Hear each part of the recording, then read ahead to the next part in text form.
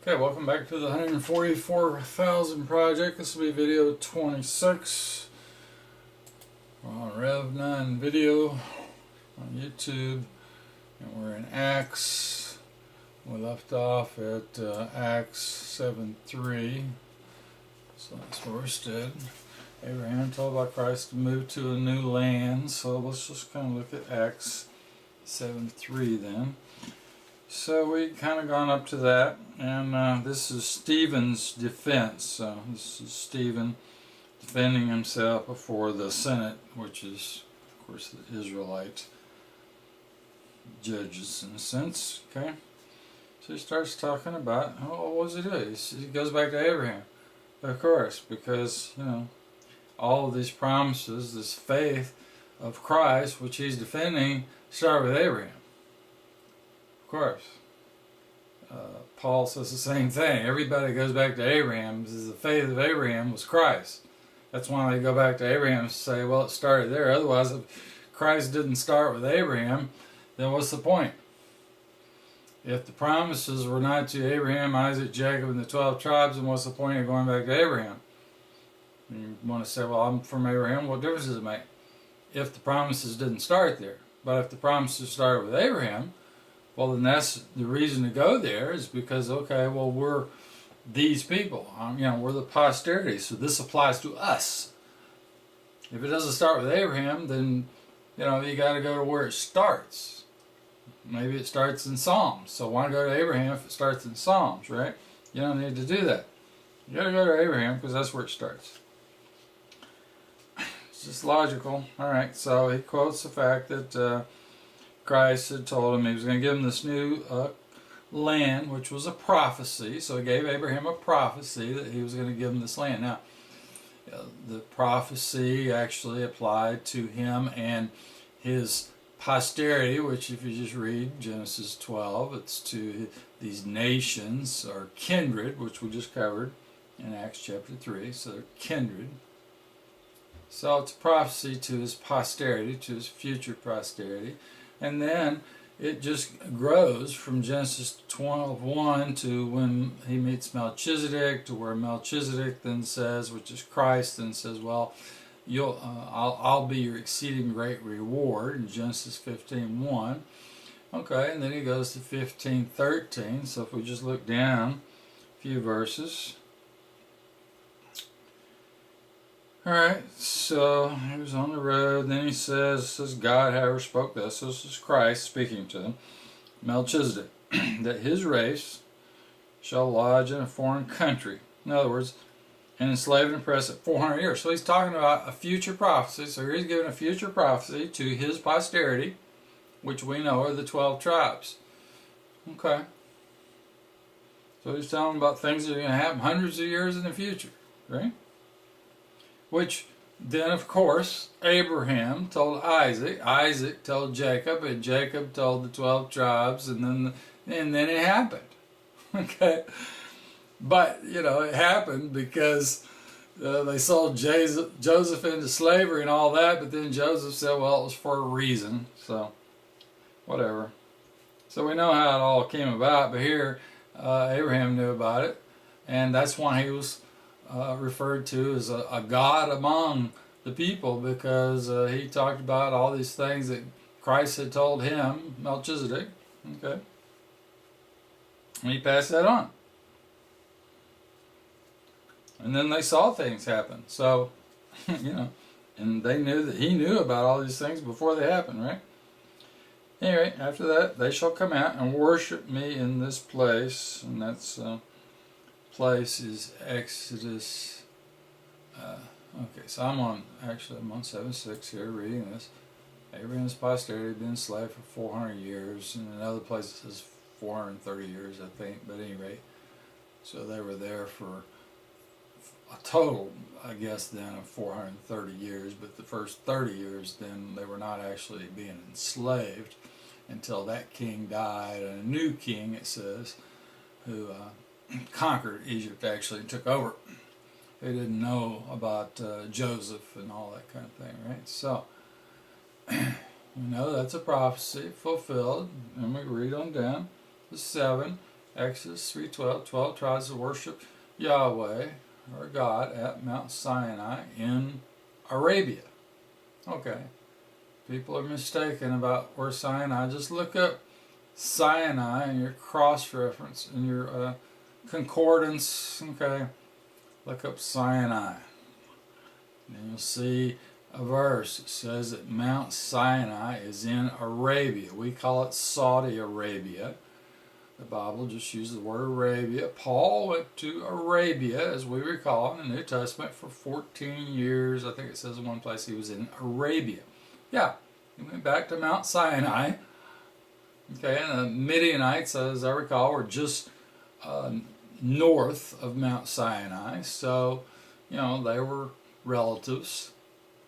So he hung out there to learn to be retaught everything he already knew, because he already knew the Bible, so retaught all the scriptures in the Old Testament from Christ. So he went back there so that Christ could reteach him all these things. Yeah. Okay. Well, that's what happened. That's how he became so good at all these things that he taught in the New Testament. It's because he learned all those things from Christ, and that's where a lot of these cross-references come from. Okay?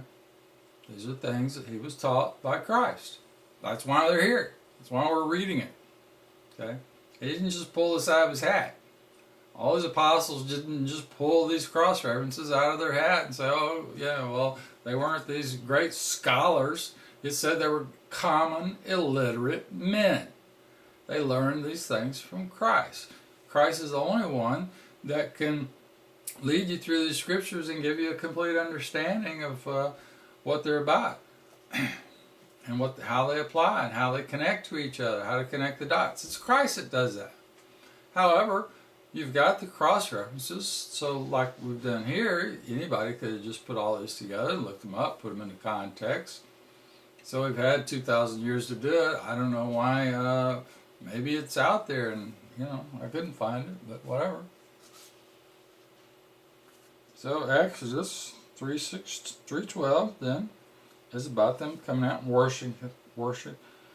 And then, the covenant, that's by circumcision. Yeah, okay. Well, let's look at then what 3:12 actually says.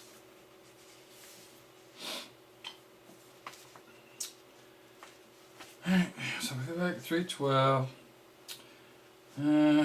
Start about 6. Remember, approach not, put your shoes off your feet, put the place upon you where you stand is holy ground. And of course, that's God called to him from the midst of Sinai. It says Moses, Moses, right? But if you go back to 3, it says he was shepherding sheep of Jethro, his father-in-law, the priest of Midian. So apparently, some of the Midianites knew about this Redeemer, Melchizedek, and he had led the sheep to the far side of the desert, came to the mountain of God in Horeb. So that's right next to where Mount Horeb. So if you're on Mount Horeb, where the rock was, where they got water out of, in Saudi Arabia, you can look across and see Mount Sinai with the black top on it. It's not called Mount Sinai. They don't call it that. So it's not labeled that on your map. It's labeled Mount Luz, L-O-O-Z or L-U-Z, depending on what you're looking at. Which means the mountain of laws. That's what it means. Of course, everybody's known that for the last 100 years. So you got all these Christian people going out into the Sinai desert to some place that people think is Mount Sinai, when the Bible tells you it's in Saudi Arabia, next to Mount Horeb. We got pictures of the rock on Google, hundreds of pictures of the rock that he split right there in Google, and Christian people are being led over into the Sinai Peninsula to find Mount Sinai, supposedly. Now, if people, what would happen if all these Christian people knew where Mount Sinai was? And that the rock of Horeb is right there next to it. Wow. Wouldn't that kind of bring it to life? Yeah. Where are all the buses taking Christian people? They take them all to Jerusalem, but where are all the buses taking people to Mount Sinai, taking the Christians down to walk up and touch the rock of Horeb? There aren't any. Because the Christian people don't know anything about it. They never looked on Google. It's crazy. I don't know. Anyway, this is where it says the messenger of the ever-living. So we're in 3, Exodus 3. All right, so the messenger is Christ, appeared to him in a flame of fire. Oh, and it says somewhere, it says it's an angel, and it connects it to Christ. I forget where. In the New Testament. All right, so anyway, it says God called to him. Yes, but it's God in the essence of Christ speaking to him. Approach not. Then he continued, I am the God of your fathers, the God of Abraham, God of Isaac, God of Jacob. Verse 6. He feared to gaze upon God, so he hid his face. I've seen the suffering of my people. They have been in Egypt, heard their shrieks. Yeah, and it's a prophecy, right? Alright, so the land he's going to take him to is one flowing milk and honey, and he's going to replace, so God's going to do it, or Christ, in other words, Christ went to him as Christ the rock to fight these Canaanites, Hittites, Amorites, Pezerites, Hivites, and Jebusites. So Christ went with them, the Spirit, to fight these people. So there goes Christ the rock with them when it finally went. For the cries of the children of Israel have come to me. So okay, the cries of the children of Israel, then they're in bondage, and they're finally at some point deciding that they can't live there anymore. Okay, so same thing we got today. Cries of the people in the United States and other countries where the Jews for Christ live now. Israelites for Christ, 12 tribes for Christ, you call it whatever you want. It's the same group of people as it always was. And I'm sure they're crying out to get rid of these bankers and all these criminals that are running their government. And that's, okay, these few that comprehend this stuff, and that's why Christ is going to come back. And of course, it's in prophecy. Judge the house of God, get rid of all the criminals.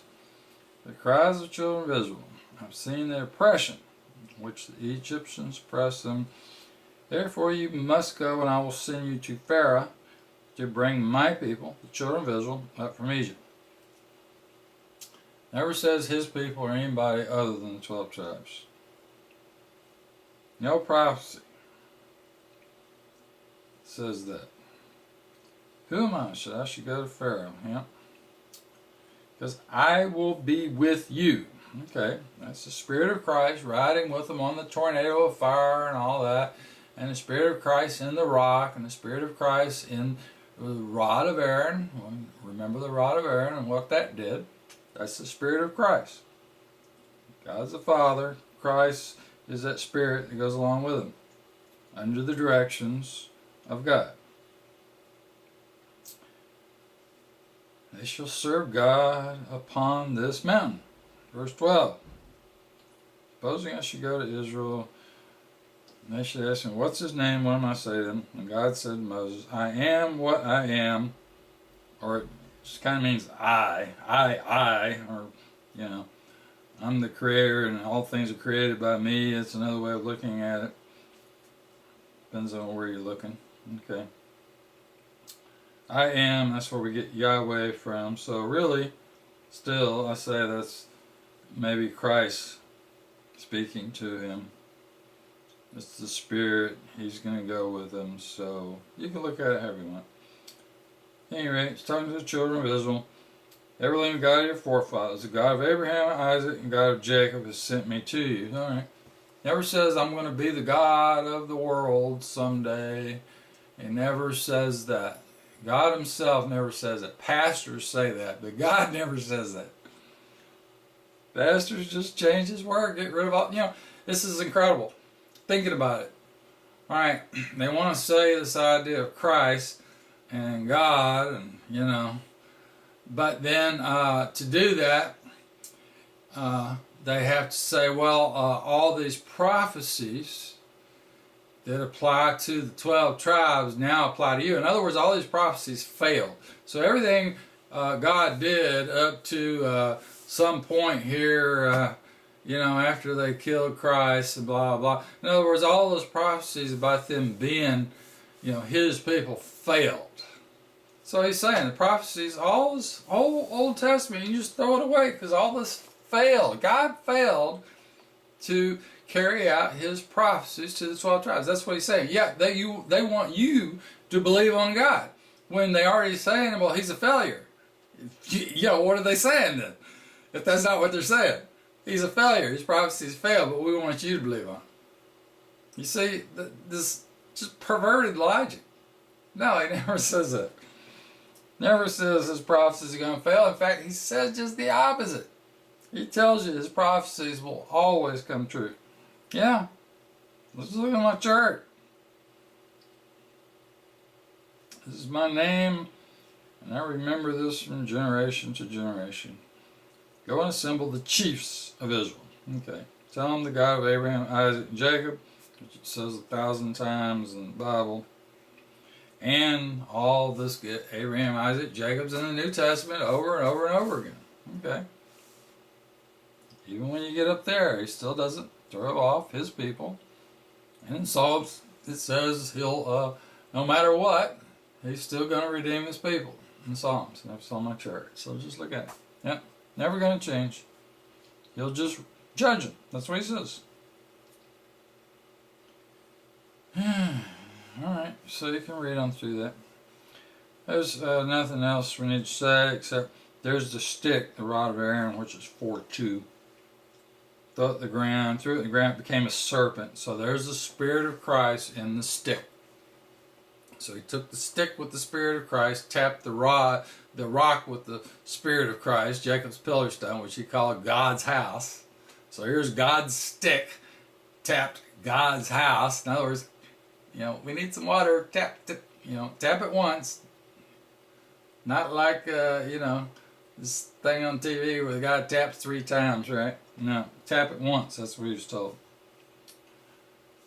Alright, so then he got it, became a stick in his hand. So, got it, and then it goes right back. God of Abraham, Isaac, and Jacob. That's 3 times just in this one little short span.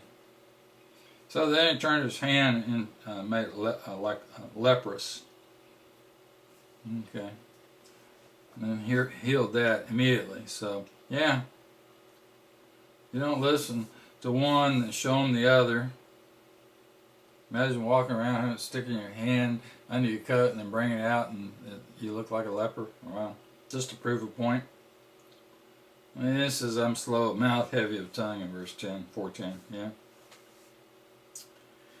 Alright, but then he talks about the staff again in 4:16 and 17.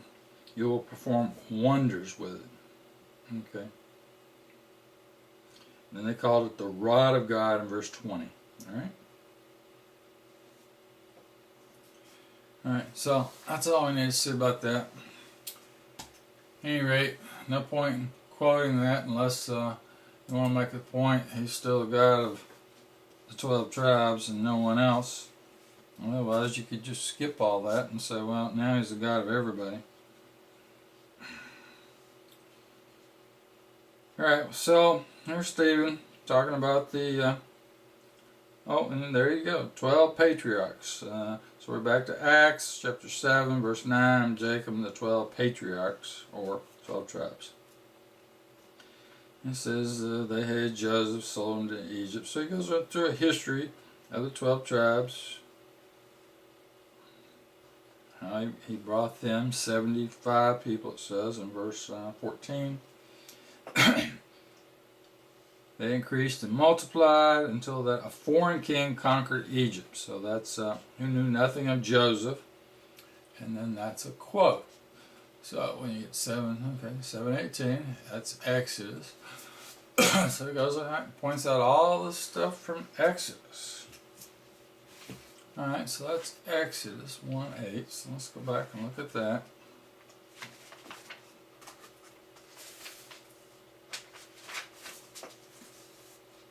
Yeah, a foreign conqueror arose over Egypt who knew nothing of Joseph and said to this nation, this people, the sons of Israel, are more in number and stronger than ourselves, therefore let us deal skillfully with them to prevent them increasing. Well, wait a minute. That's what's happening right now. Okay.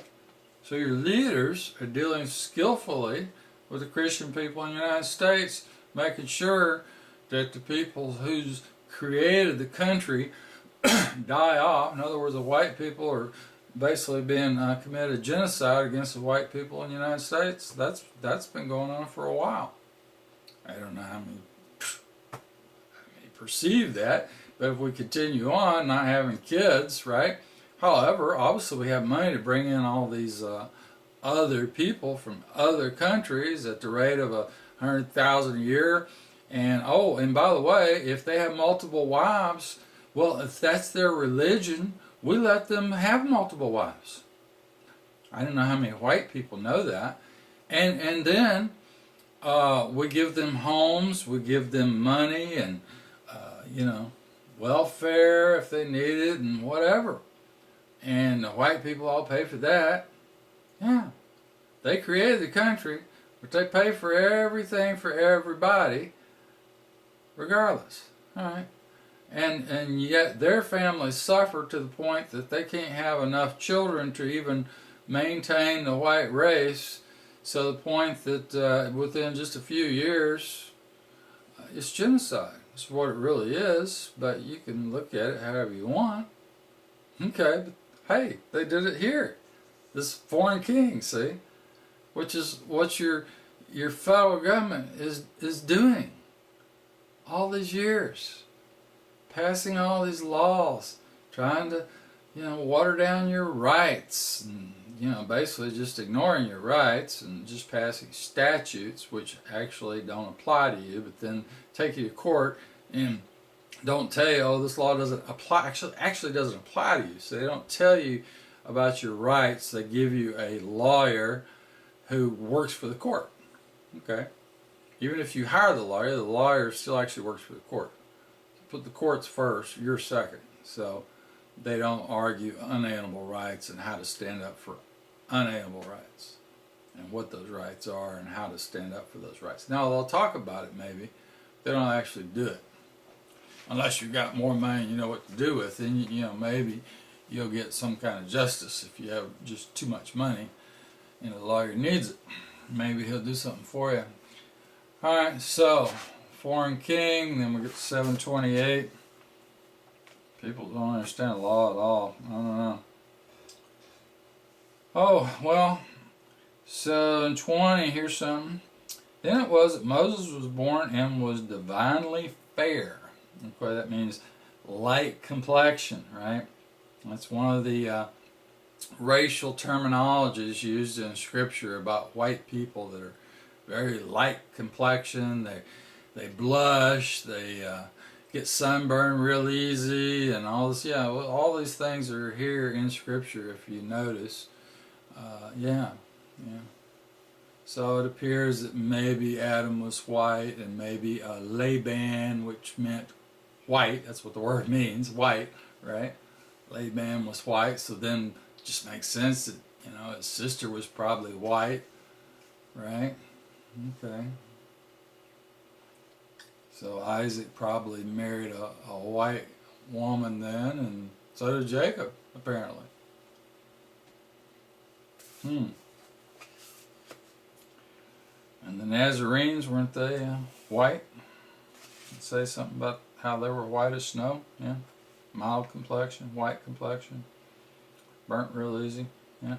We've got a lot of stuff in there, but even if you just skip all the racial connotations, you could still figure it out. Then it talks about Moses. But when he attained 40, he interested himself in his brothers, the sons of Israel. Okay. He killed an Egyptian. Alright, so 728, Exodus 2:13, fled to the land of Midian in Arabia. Right. So Midian was in Saudi Arabia, just north of Mount Sinai. Alright, and that's 2:13. So not seeing anyone, so he didn't think anybody saw him. He struck the Egyptian, concealed him in the sand. So buried him in the sand. Well, so then at another time, a couple of Hebrews, so his brothers were quarreling with each other. One of you strike the other. Who appointed you as foreman and judge? Are you going to murder me as you murdered the Egyptian? So then he was like, well, somebody knows about this. This isn't good. Although they were Hebrews, so. But still, he ran off. He arrested. This happened in the priest of Midian had 7 daughters, verse 16. Girls came to draw and fill the watering. 7 daughters. Wow. Then one of them says, an Egyptian protected us from the hand of the shepherds, and also drew and gave water to the sheep. Now you notice that. Here's a good point. 3:19. Where do we recall? Oh, maybe that was Ruth. Oh, and she lived in the land of Moab, so therefore she was a Moabite. Well, here it says this Egyptian protected us from the hand of the shepherds. All right, but Moses was not an Egyptian. Moses was an Israelite, right? Here it says he's an Egyptian. No, he dressed like an Egyptian, appeared to be an Egyptian, but we know racially he was not an Egyptian. Racially, if you wanted to talk to him, you'd call him an Israelite. One of the 12 tribes. You'd call him by his tribe or something, but you wouldn't call him an Egyptian. Who would call Moses an Egyptian? Well, you wouldn't. He just said he was a Hebrew. We just said that. Okay? And it told you, all about him. Right? Alright. Well, why don't we say then that Ruth was a Moabite because she lived in the land of Moab, although if you look closely, hadn't David already killed all the Moabites or ran them out of the land? So he ran all the Moabites out of the land, and in Moab, they still called it Moab, but Israelites repopulated Moab. But the scripture refers to her as a Moabite, right? Oh, what about Bathsheba's husband that David killed? Yeah. Well, it doesn't make sense that he would have held such a high position if he was not an Israelite. See? And then when you read Ruth, you realize it talks about her, everything it says about her would indicate that, that she has some connection to Israel. Obviously, if she inherits this land, blah, blah. Just looking at it, you would say that if it hadn't have told you she was a Moabite, in other words, then you would you'd never think that she was a Moabite. That's the point I was trying to get at. See, same thing here. It would, if it hadn't called him an Egyptian right there, no one would have ever thought Moses was an Egyptian. No one would think that, because you would think that obviously he's part of the 12 tribes, so he's an Israelite or a Hebrew or whatever, which said he was a Hebrew. You would never think he was an Egyptian. The point is, see, you make these racial mistakes in Scripture, but it's the same thing. You stumble at the stumbling block of Christ. Well, it's there, and everything you need to know about Christ is there, but you just don't get it. You're not looking at the context, and just because it uses some word, what it's using is in other words, this Egyptian is not a racial term, although people take it as being a racial term. You see? It's a national term. It's a place. It's a land. It's not racial, right? And then you have religious terms as well. So, like I said, you can have the word Jew can mean race as, someone from the 12 tribes, or it can mean Judean as in you just live there. But Judean, being a Jew, doesn't have to mean you're one of the 12 tribes. You could actually be from some other country always lived in Jerusalem, grew up there, blah, blah, blah. Well, think about it. What about Herod, and his son, Archelaus?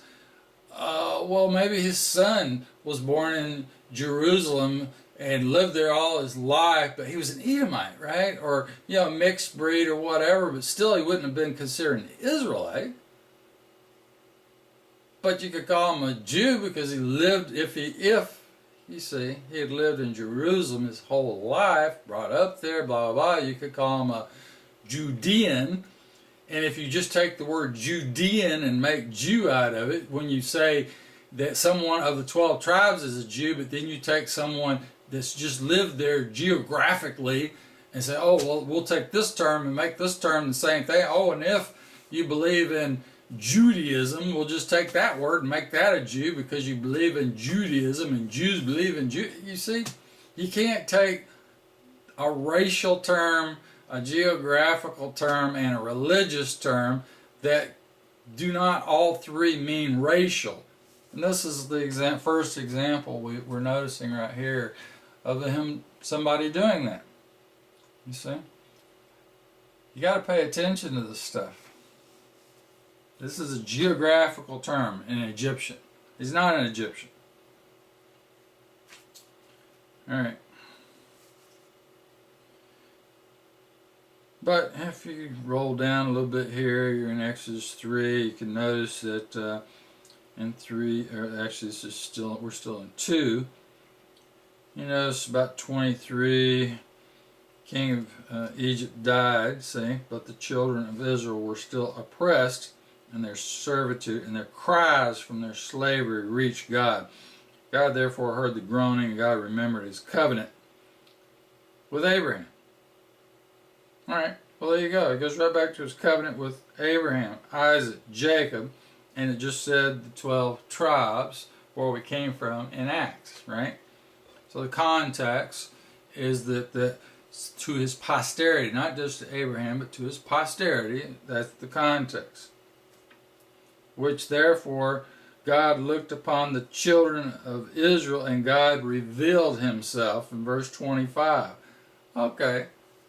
Revealed himself to Abraham's posterity because he had promised Abraham he'd watch out for his posterity, he would resurrect his posterity, he would act as Christ the rock for their posterity and take them into a promised land and take them, and of course he promised Abraham, in other words, that he would bring them out of this slavery in Egypt.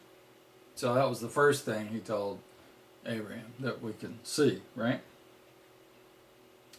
So then this messenger right below in chapter 3, verse 2 that I just mentioned is God revealing himself a couple verses back in chapter 2 of Exodus.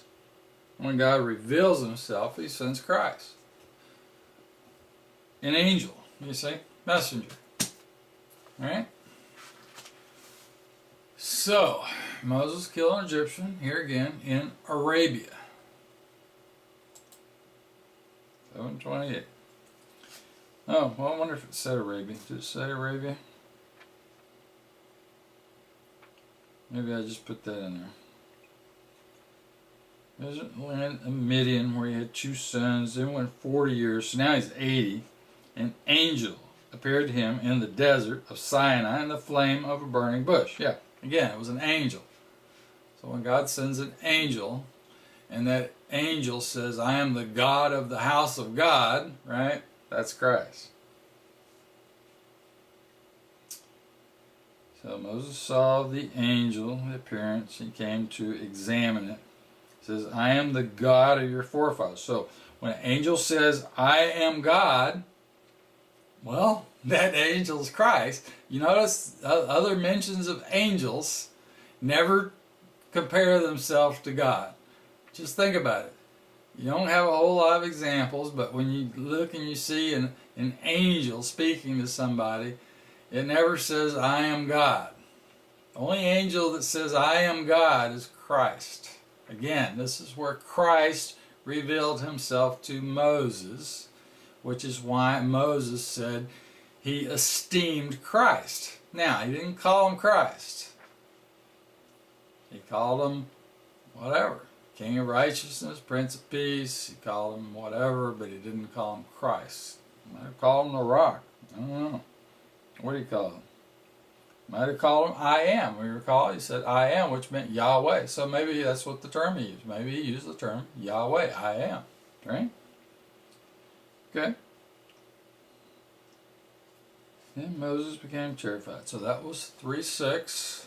And we've been to 3:6, so I'm not going to do that one again. Moses spoke to the angel Christ at Mount Sinai, who gave us the law, right? Well, no, they'd actually been following the law. They knew about the law. The law started back at Adam. Adam violated the law, which is why he committed a sin. Because as it says in the New Testament, if there was no law, you wouldn't perceive sin. Adam broke the law. He knew about the law. That's why he was punished. That's why you have judgment, is when you violate the law. So he was told to follow God's law. He violated that. Okay, so as soon as God told him not to, you can say it's fruit or whatever. I'll get into teaching what it is. Obviously we know what it is. Some people do anyway. It's a sexual sin. So it's very clear.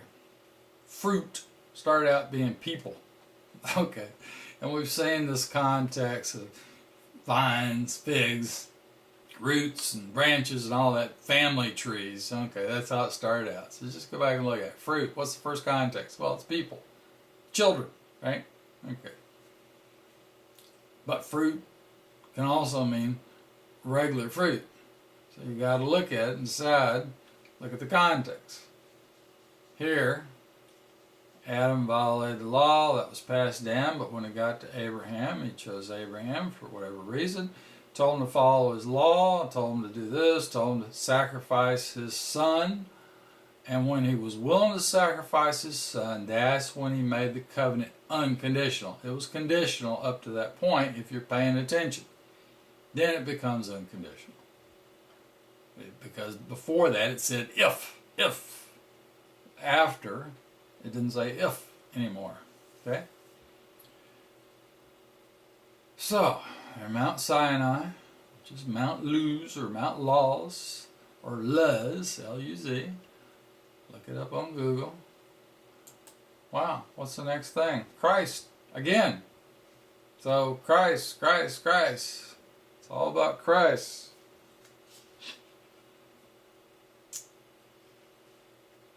Alright, 737. Yeah, I didn't read that, but everybody knows. Okay. Of course, Moses was sent as a governor, so let's look at 735. Governor and judge. God sent him as a governor, speaking of Moses, and delivered by the hand of an angel who appeared to him in a bush. Here again it says it's an angel, confirming it's an angel, and just before the angel said, I am the God of your forefathers. And that's 3:6, Exodus 3:6. So everybody knows that. It's an angel. It's Christ. Confirmed again in 35. Alright. In the desert for 40 years. This is still Stephen talking about it. This is the Moses who said to the sons of Israel, God will raise us up from a prophet from among your brothers like myself. Now he's quoting Deuteronomy 18. We all know the prophet is Christ, which is why they kept asking the prophet or either Messiah.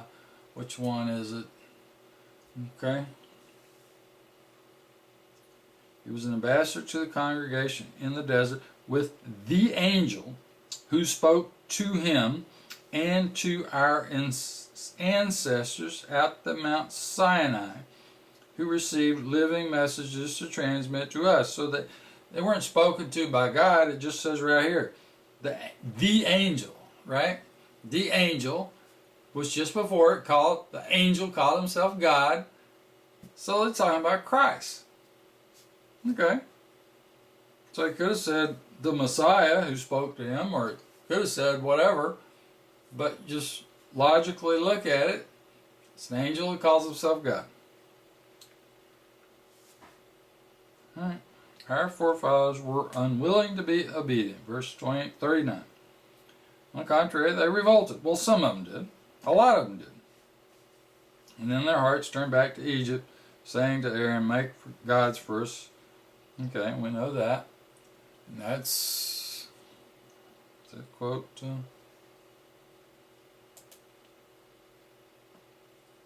Oh, well, this is. Oh, all right. Actually, I'm on 740. Make gods for us. So Aaron made the golden calf. In those days, they rejoiced on their own handiwork. God abandoned them to worship the army of the sky. Right. He quotes Amos. Alright, well, let's go look at Amos 5:25, because we haven't been there before, and see what that says. And here over here it says 40 years in the desert, O house of Israel, erected the tent of Moloch, star god Rephaim, but it's Kion in Hebrew, I guess. Therefore I will transport you beyond Damascus, right? So now he's talking about this future transportation. And that's Amos speaking, I guess is the context of what we're saying. So let's go over to Amos 5:25. Oh. Start at 5. Oh, well, Amos, well.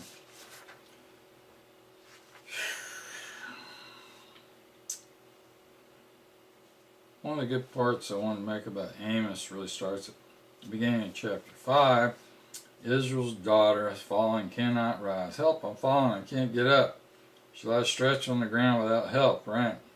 There's a city that brought out 1,000, 100 are left. So 10%, this is the context of a remnant being 10%, right?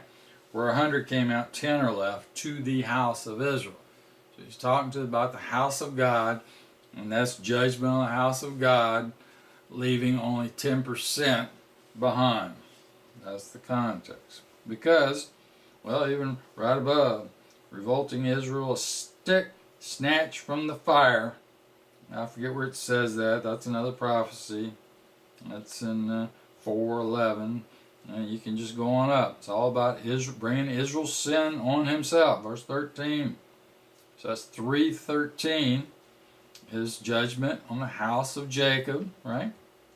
Bring Israel's sin on himself. Punish their altars, right, blah, blah, blah. So,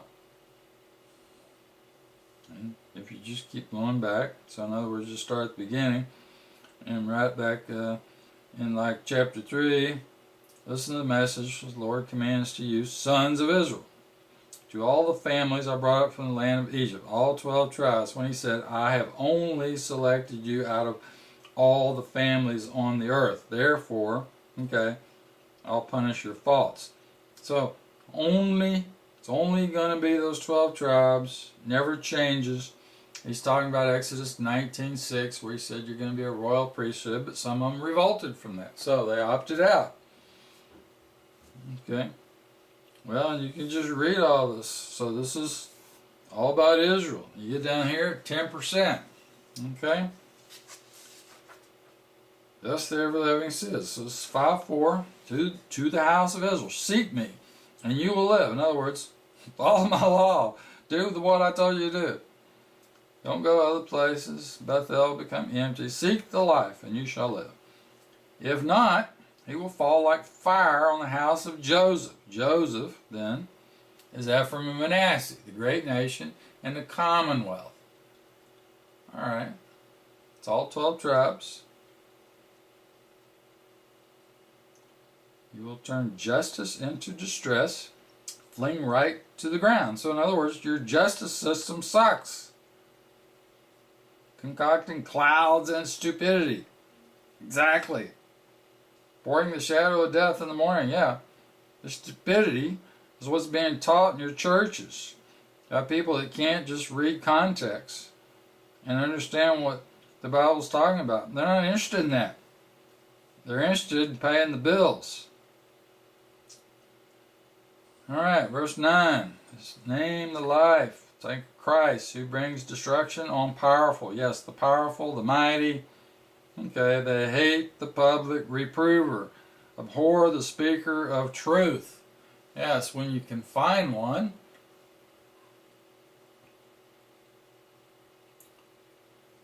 Yeah, I ain't got to 525 yet. Alright, well, it's way over here. Alright. Well, that's the lead in. Therefore, although you trample upon the poor, verse 11, take a tax on the corn to build yourself houses of cut stone. Yeah. So the leaders, your 1% at the top, are just, doing whatever they want to the people below because your justice system doesn't put them in jail, so they're never held accountable. That's the problem with the justice system. But the justice system comes from the church. So when the church doesn't do what the Bible says, it's the church that destroys the country. It's not the people. You can't blame it on the mafia. They're mafia. It's your job to put those people up there. I already told you in Romans 13 what your government's supposed to do, and he gave you all these layouts of how to do proper government and a parliament and how it's done. You pick your best of your best. But you're not picking the best of the best. You're just picking whoever's on the ballot. You're supposed to put them on there. Simple. Takers of bribes, verse 12. Wrong the wretch in the courts of justice. It keeps going back to the courts. The courts are the key. Justice system based on God's law is the key to everything in Scripture. We're in Amos, but it's right back there in Exodus. It's all through the prophecies. It's in every prophet, mouth of every prophet. You failed in your justice system just to do the simple thing he told you to do. Put your best guys. So it's up to you. Otherwise, how would you put your best guys into these positions? Unless it was your choice, which it is. And it still is today, but you're still not doing it. Okay? I hate to harp on it, but it's just so simple. Seek God, not evil, that you may live, and then the Lord of hosts will be to you as... Then the Lord of God will be with you. In other words, that's verse 14. Hate evil, love good, establish justice in your law courts. Verse 15. Gee, Amos is just trying to tell us something here. Perhaps the Lord of hosts will be merciful to the fragments. Well, the fragments he just defined as 10%. So perhaps this last 10%, when you destroyed 90% of the people, the last 10% will understand that, let's establish a justice system based on his law, because that's what he actually is asking us to do. Let's just go ahead and do that. Now that 90% of our people are dead. Okay, well, that's what's going to take. Unfortunately. However, this is the Lord, there shall be mourning in all the squares. Verse 16. Well, okay, mourning. But the mourning is these people who just had 90% of their country destroyed. That's why they're mourning. Yeah, they see Christ. That's great. Wow. But what about the 90% of the people who just died? Or went into captivity, whichever it is. Okay? They shall exclaim. In other words, the ones mourning, alas, alas, calling the farmer to grieve, and the professors wailing to mourn. The vine dressers, when I pass through your breast. Okay. Woe to you wishing for the day of the Lord. Yeah. It will be darkness and not light. Well, that's true. There's a man flying, but, unfortunately, if we could, people would listen, then that would be great. But I don't know what to do except to teach in context and hope that somebody pays attention. Alright, day of the Lord, verse 20. Be darkness and not light, blackness without splendor. Okay, day of the Lord, we know that. That's tribulation period, judgment day, that whole. I reject your feast, verse 21. Okay, well, it's talking about these people, these Christian people. Okay, not pleased with your assemblings, so he's not pleased with what you do in your churches. Because he told you this what to do and you're not doing it still. Alright, I'll not look at your thank offerings, take away the drone of your song. So it kind of telling you there's really no point in going to church unless you do what he told you to do. Then your church will be blessed, but it won't be blessed until you just do a proper justice system. Because here again, verse 23, but let justice flow like brooks and right like a constant river. Justice system based on his law. It comes right back to it. He's talking about the church.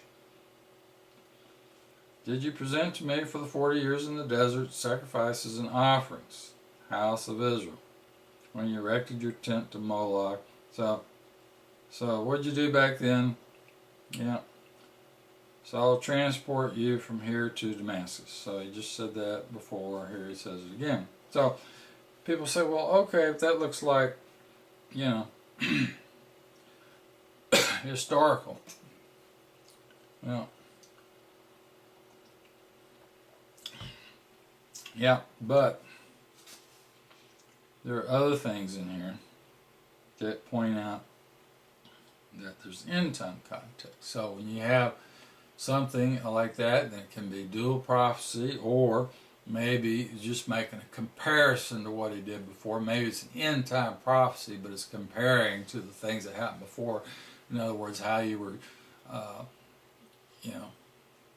how you were judged in the past. In other words, don't you remember that? And I still want you to do this justice system, so don't you remember why you got judged before, kind of thing. So, yeah, you have to go through the whole thing if you want to put it into proper context. All right, and you can, but well, I guess the easiest way. In that day, I'll take away the sun and its noon, darken the earth.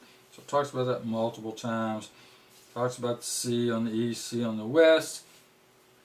But when you get down to the end, the family of Jacob won't quite be destroyed. So that's 9:8, and then 9:11. In a time to come, that's when he's going to restore the tent of David, restore its ruins, rebuild as the olden times, so that it may possess the remnants of Edom and the nations who call with them on my name.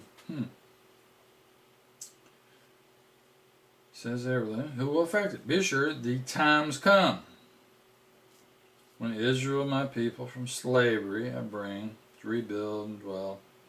I will not pluck again from that ground. Okay. Well, if that's the case, then the Israel people would have had to have been there from a time Christ came, I guess, because otherwise you'd have to say this was previous to that, way back at the first two captivities or something. I mean, where are you going to put how are you going to figure out the context?